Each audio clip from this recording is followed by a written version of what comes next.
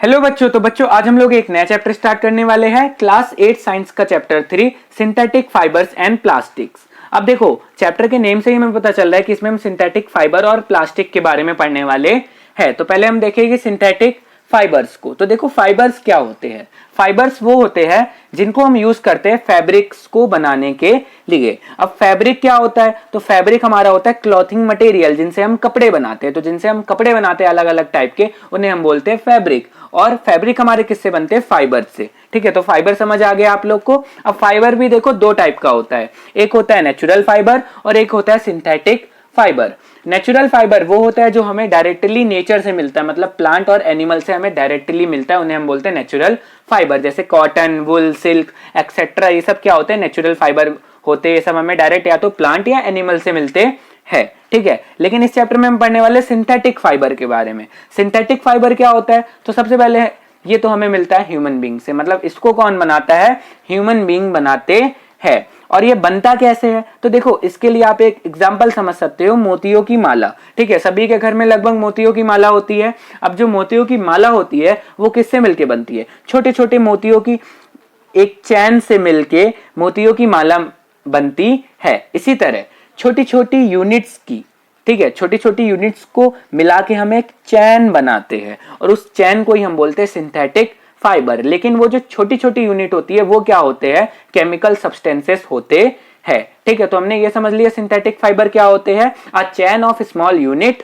और वो small unit क्या होते हैं, केमिकल सब्सटेंसेस। ठीक है, और छोटी छोटी स्मॉल यूनिट की चैन्स को हम क्या करते हैं, मिला के बनाते हैं सिंथेटिक फाइबर्स को। अब देखो ये जो छोटी छोटी यूनिट की जो चैन होती है ना, इन्हीं को हम क्या बोलते हैं, पॉलीमर। ठीक है, देखो जो पॉलीमर शब्द है वो दो ग्रीक वर्ड से मिलके बना है। ठीक है, एक है पॉली, पॉली का मतलब होता है बहुत सारे, और मर, मर का मतलब होता है पार्ट या यूनिट। तो मतलब जो बहुत सारे पार्ट से मिलके बनता है उसे हम बोलते हैं पॉलीमर। तो सिंथेटिक फाइबर भी हमारा एक टाइप का क्या है, पॉलीमर है। ठीक है, तो हमने देख लिया पॉलीमर भी देख लिया, हमने सिंथेटिक फाइबर भी देख लिया, जो छोटी छोटी यूनिट से मिलके बना होता है। और उन छोटी छोटी यूनिट में क्या होता है, हमारा केमिकल सब्सटेंसेस। अब देखते हैं हम टाइप्स ऑफ सिंथेटिक फाइबर, मतलब अलग अलग टाइप के सिंथेटिक फाइबर कौन कौन से होते हैं, जिसमें हम सबसे पहले देखेंगे रेयॉन। तो देखो रेयॉन को हम आर्टिफिशियल सिल्क भी बोलते हैं। क्यों बोलते हैं, तो देखो आप लोग ने ऑलरेडी क्लास 7th में पढ़ चुका है सिल्क के बारे में, जिसमें आपने ये देखा होगा कि जो हमारा सिल्क है वो हमें किससे मिलता है, सिल्क वॉर्म से मिलता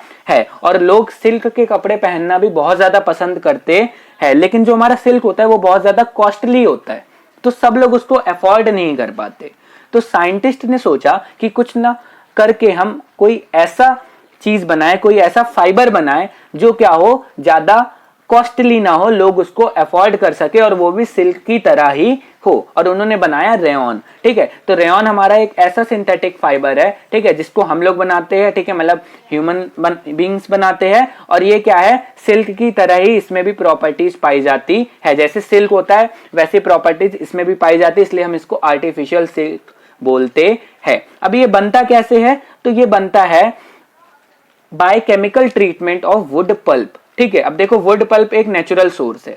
ठीक है, वुड पल्प मतलब हम लकड़ियों के क्या कर लेते हैं, सॉफ्ट करके, ठीक है, फिर उसके साथ केमिकल ट्रीटमेंट कराते हैं, तो हमारा क्या बनता है, रेयॉन। ठीक है, अब आप बोलोगे भैया ये वुड पल्प से बन रहा है, वुड पल्प तो एक नेचुरल सोर्स है, तो इसको हमें नेचुरल फाइबर में पढ़ना चाहिए, सिंथेटिक फाइबर में तो नहीं पढ़ना चाहिए। तो देखो नेचुरल फाइबर में वो फाइबर्स आते हैं जो हमें डायरेक्टली नेचर से मिले, लेकिन यहाँ रेयॉन हमें डायरेक्टली नेचर से नहीं मिल रहा। यहाँ पे हम क्या कर रहे हैं, वुड पल्प के साथ केमिकल रिएक्शन करा रहे, अलग अलग केमिकल को मिला के रेयॉन को बना रहे हैं। अब जो हमारा रेयॉन होता है, हमने पहले ही बता दिया कि ये सिल्क से क्या होता है, चीपर होता है, सस्ता होता है। और उसके अलावा हम रेयॉन को कॉटन के साथ मिलाते हैं, और रेयॉन को हम कॉटन के साथ मिला के क्या बनाते हैं, बेडशीट्स बनाते हैं। ठीक है, देखो हमने नेचुरल फाइबर देखा, सिंथेटिक फाइबर देखा। ठीक है, आजकल हमारे मिक्स्ड फाइबर भी यूज होते हैं। मिक्स्ड फाइबर क्या होते हैं, जो नेचुरल सिंथेटिक दोनों से मिलके बने होते हैं। जैसे हम रेयॉन को कॉटन के साथ मिलाते हैं, कॉटन एक नेचुरल फाइबर है, और हम उससे क्या बनाते हैं, बेडशीट्स अलग अलग टाइप की बनाते हैं।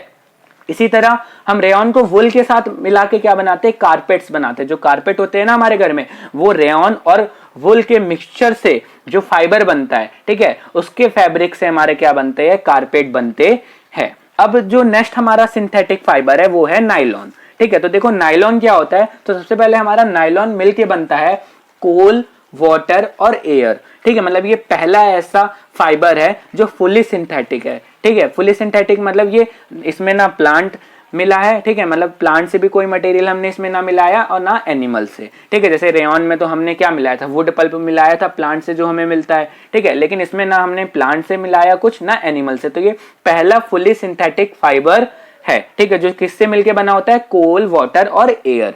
ठीक है, अब नायलॉन की खासियत क्या है, तो सबसे पहली बात तो ये बहुत ही ज्यादा मजबूत होता है।